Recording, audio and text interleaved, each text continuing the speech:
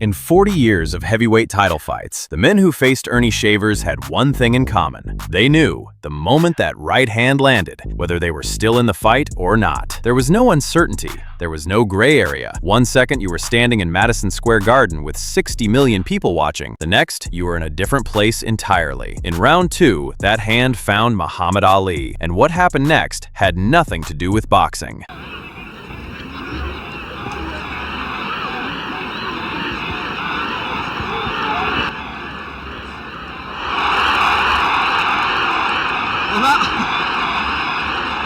Earnie Shavers came out of Garland, Alabama, grew up working at a General Motors plant in Ohio, and didn't lace up a boxing glove until he was 22 years old. That was, by most reckonings, too late. Fighters who start that late rarely get to the top. Shavers got to the top by doing what he'd always done. He hit people. Jimmy Ellis, a former heavyweight champion, lasted 1 round. Ken Norton, the man who broke Ali's jaw, lasted 1 round. By the time Shavers signed to fight Muhammad Ali in the autumn of 1977, he had stopped 52 men out of 54 wins. 23 of those finishes came before the first round was over. The Ring magazine would later rank him among the 10 hardest punchers the sport had ever seen. And Larry Holmes, who survived Shavers twice, said that nobody, including a young Mike Tyson, hit him harder. George Foreman was asked about Shavers on late-night television. His answer was 3 words. I never fought any Shaver. Thank goodness. Yeah. Thank goodness I didn't. Against all of that, Muhammad Ali walked into a press conference and dropped a bag of acorns on the floor. He'd named his opponent the Acorn because of his shaved head. And then, for the cameras, he said, "Acorns fall in September." What Ali knew,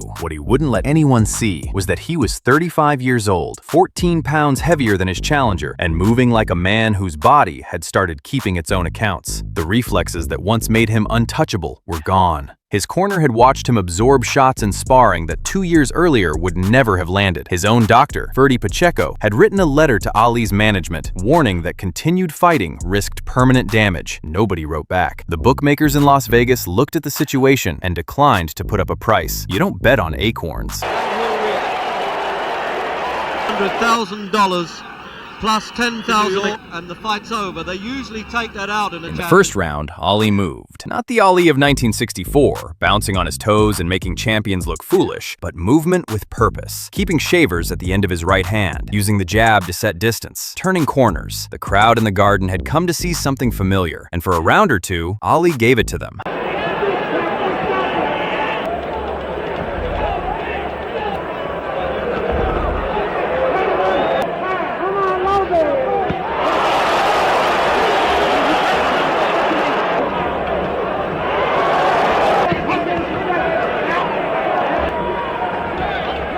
Then, the second round happened. Shavers caught Ali with an overhand right that landed exactly where he'd been trying to land it for 2 minutes. Those who were ringside that night described the sound as distinctive. Not the sharp crack of a clean shot, but something lower, like something structural giving way. Ali's legs separated from his intentions. His knees bent in a direction they weren't supposed to bend. For the fraction of a second that followed, everyone in Madison Square Garden had the same thought. This was over. What Ali did next was one of the stranger things that has ever happened in a boxing ring. He smiled. Not a grimace. Not a man fighting through pain. He smiled at Shavers, the way you smile at someone who's just tried to pick your pocket and missed. He dropped his hands slightly, widened his stance, wobbled with theatrical generosity, and looked at Shavers as if to say, "Was that the best you've got?" And Earnie Shavers, the most dangerous finisher in heavyweight boxing, backed off. Shavers knew Ali's history. He'd been Ali's sparring partner 4 years earlier, out at the Deer Lake training camp in Pennsylvania. He'd knocked Ali down in those sessions and watched Ali pop right back up, sharp-eyed and deliberate. He'd seen the way Ali had absorbed Foreman's heaviest shots in Zaire and played possum for 7 rounds before the knockout came.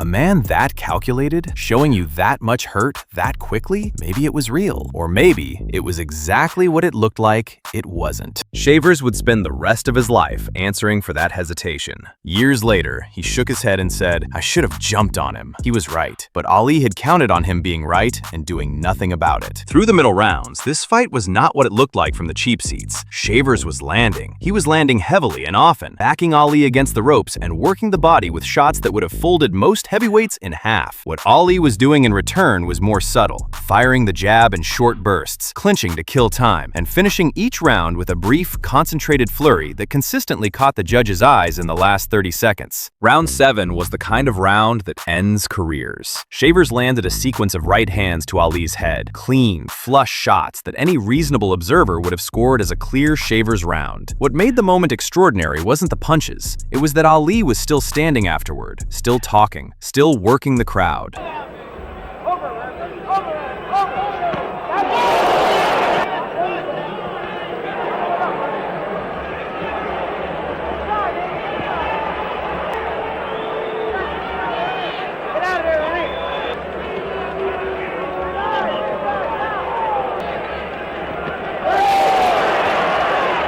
Shavers had never gone more than 10 rounds in his career. The assumption going in, the assumption Ali had built his entire strategy around, was that a man who finished 52 fights before the championship rounds would run out of something eventually. By the 9th, Shavers' combinations were coming slower. The right hand was still there, but the legs behind it were asking questions. Ali took those rounds. Not cleanly, not comfortably, but he took them. Dundee had a contact watching the NBC broadcast, which was running the round scores live on television for the first time in history. The information was coming back to the corner between rounds. Ali knew where he stood, down to the point. What he didn't know was that Shavers had been lying. In the 13th round, Shavers found something he hadn't shown all night. He came out like a man who'd been holding back, which, in a sense, he had. Pacing himself for a fight that was supposed to be over by now, conscious of his own stamina limits, he'd coasted through the middle rounds. Now, needing a knockout, he threw that caution away. The 14th was worse. Shavers drove Ali into the ropes and hit him with the kind of right hands that had put 52 men on the canvas. Ali's knees buckled again, this time without the smile. His legs carried him back to the corner at the bell, looking like they were working from memory rather than instruction. Angelo Dundee looked at his fighter on the stool, eyes flat with exhaustion, and said the only thing left to say, "You don't look so good. You better go out and take this round." When the bell rang for the 15th, Ali's legs trembled as he stood. Dundee and Bundini Brown gripped his arms to steady him. Shavers saw it and came out fast, landing early in the round, and for 90 seconds, it looked like the story was going to end differently than anyone had written it. Then something happened that has no clean explanation. Ali began to punch. Not the careful, measured bursts of the middle rounds. He threw with everything left in him, stringing together combinations that the crowd in Madison Square Garden hadn't seen from him in years. Shavers, landing his own shots and seemingly in control, suddenly found himself absorbing a volley he couldn't stop. He was driven back. The ropes caught him. Ali threw 30 more punches in the final seconds of the fight, and only the bell and the ropes kept Shavers from going down.